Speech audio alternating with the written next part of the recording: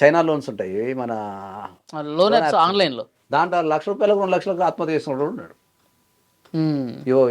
వాళ్ళు ప్రెజర్ తట్టుకోలేక భరించలేక తెలిసి ఇజ్జత్ పోద్దని తట్టుకుంటున్నారు. సో అటు నుంచి ఫోన్లు వస్తానే ఉంటాయి సార్, అందుకని వాళ్ళు ఇంకా వాళ్ళ డ్యూటీ వాళ్ళు చేస్తారు సార్. వాళ్ళ డ్యూటీ ఏముంటుంది, అప్పుడు ఎవడే కొడితే వాడికి ఫోన్లు చేయాలి. వాళ్ళ డ్యూటీ అది. వాడు పర్ఫెక్ట్గా చేస్తాడు డ్యూటీ.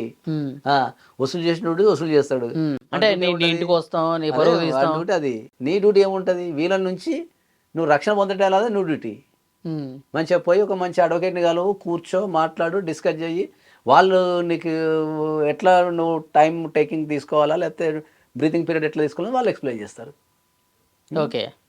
కాబట్టి ఎప్పుడు కూడా అప్పుని ఆర్గనైజ్ చేసుకోండి, బ్రీతింగ్ పీరియడ్ తీసుకోండి, మళ్ళీ స్ట్రాంగ్గా కాండి, మళ్ళీ మళ్ళీ మొత్తం రీకన్స్ట్రక్షన్ చేయండి.